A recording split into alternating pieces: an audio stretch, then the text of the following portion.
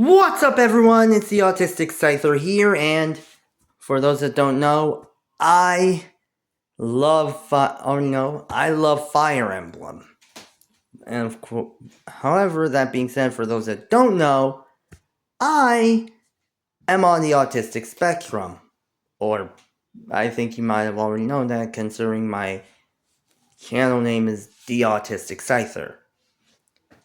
That being said, I was diagnosed with Asperger's syndrome ever since I was 13 or 14 years old. And ever since then, I've been trying to live my life to the fullest because, even with my diagnosis, which has involved me in some weird situations because of my naivete. But that's neither here nor there.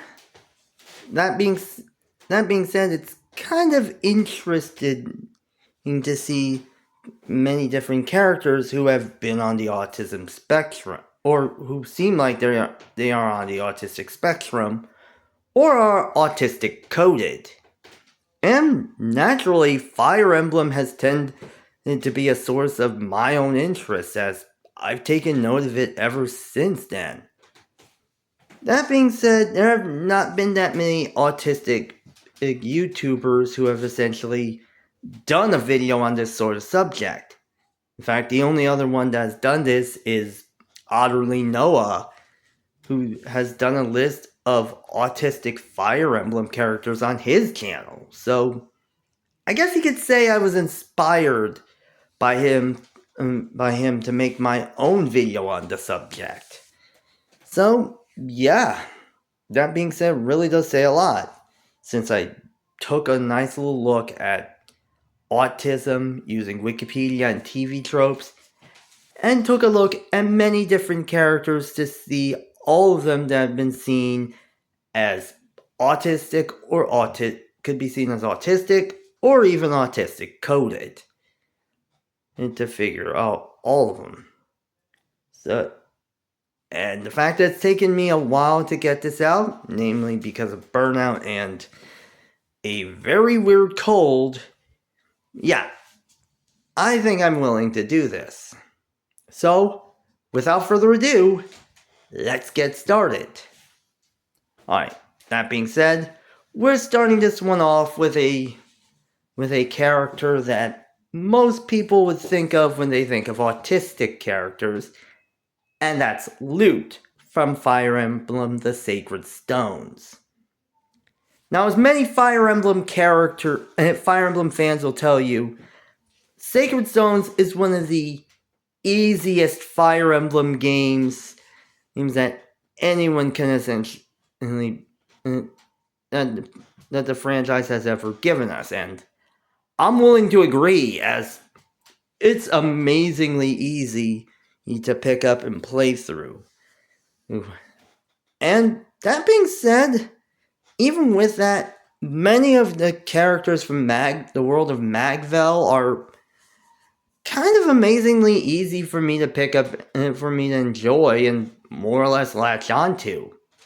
In fact, one of my favorite characters from the game, from Sacred Stones, is, well, Namie, namely because I love archers.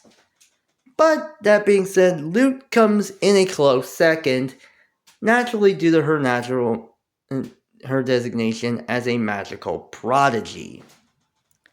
And that being said, I've seen many Reddit thread about the fact that Lute may very well be on the autistic spectrum, and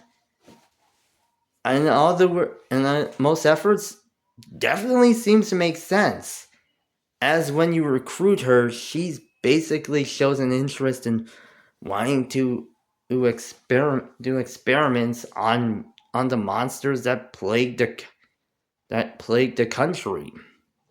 And basically, I guess that would more or less be considered her special interest. In fact, however, considering how most autistic people will have special interests that they tend to focus on, really does say a lot. And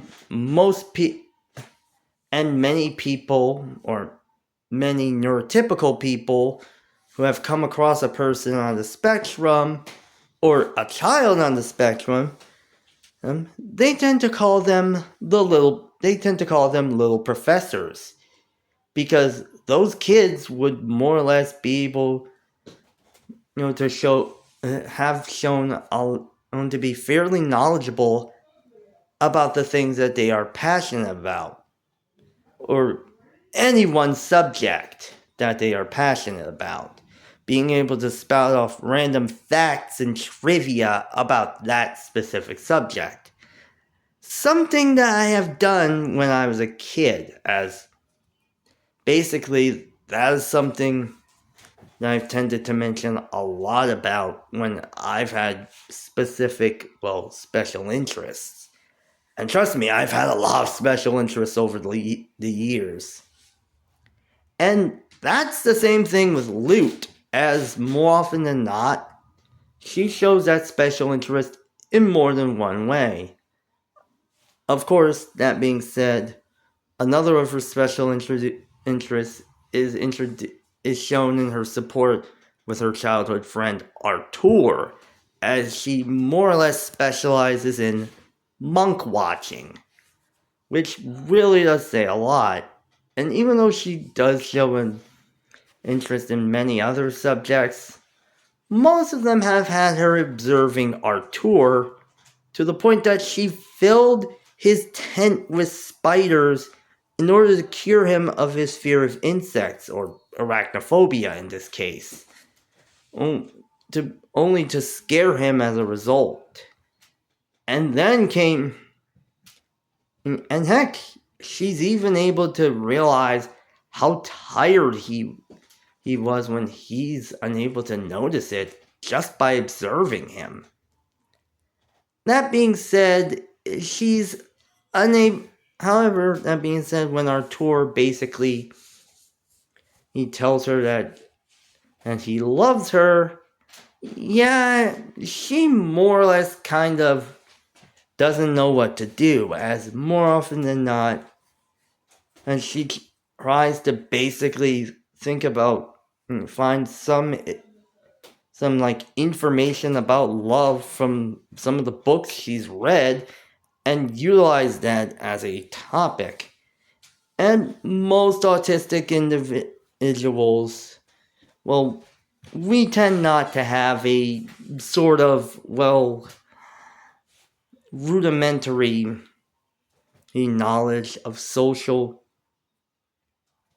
like mores or social cues when it comes to either making friends or even to an extent making romantic connection, as we tend to essentially kind of freeze up when it comes down to it. Somewhat like Lute, who more or less tends to short out when whose brain shorts out when he's confessed to romantically by Artur.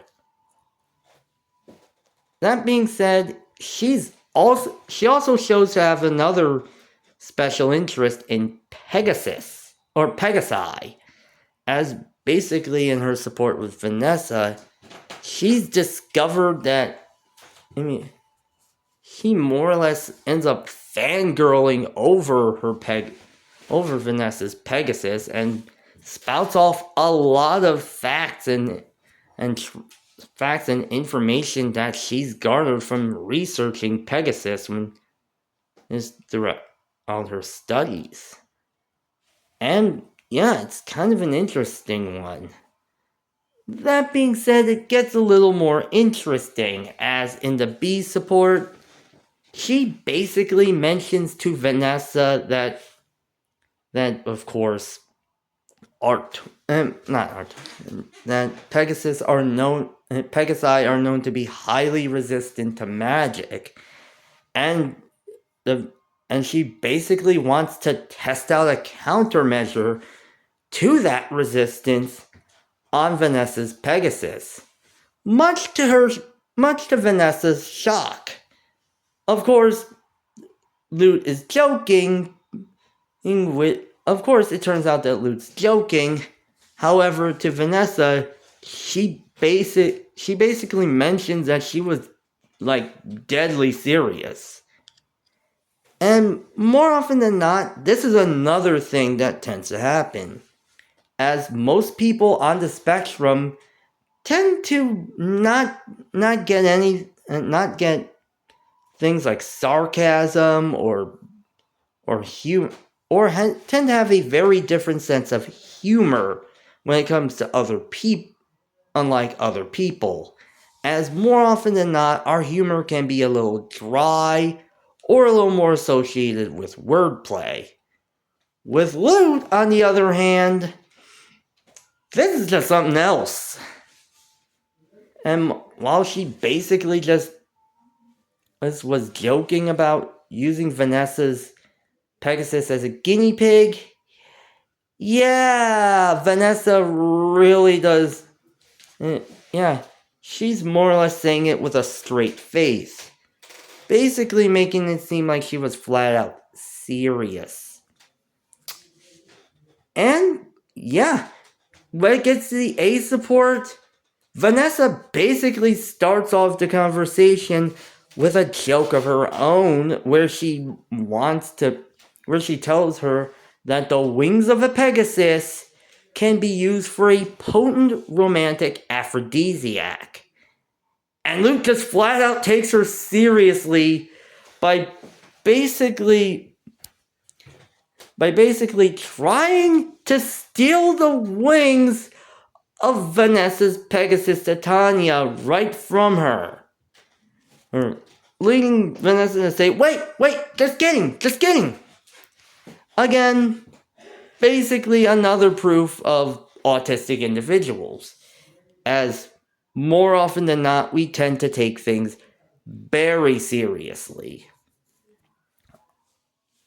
Granted, I was also going to mention about Lute's support with Noel, but yeah, that's something different. But when it comes down to it, yeah, there are a lot of things that prove Lute's interesting supports. And surprisingly enough, it's surprising that IS may have essentially followed up Lute with another notable mage in Soren from the Teleus duology. And yeah, honestly, Soren is just one of the few individuals that honestly most people won't think.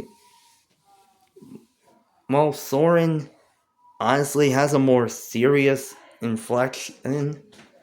More often than not, he does have a bit of an interesting thing. Not only that, if for those that have mentioned about Soren and Ike, seen Soren and Ike supports, yeah, it proves a lot when it comes down to it.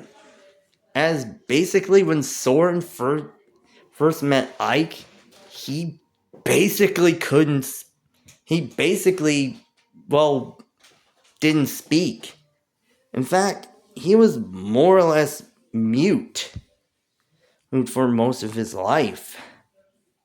Now, this one could be due to the fact that he was kind of, reserved as a child, due to being branded, but more often than not, for most people on the autism spectrum,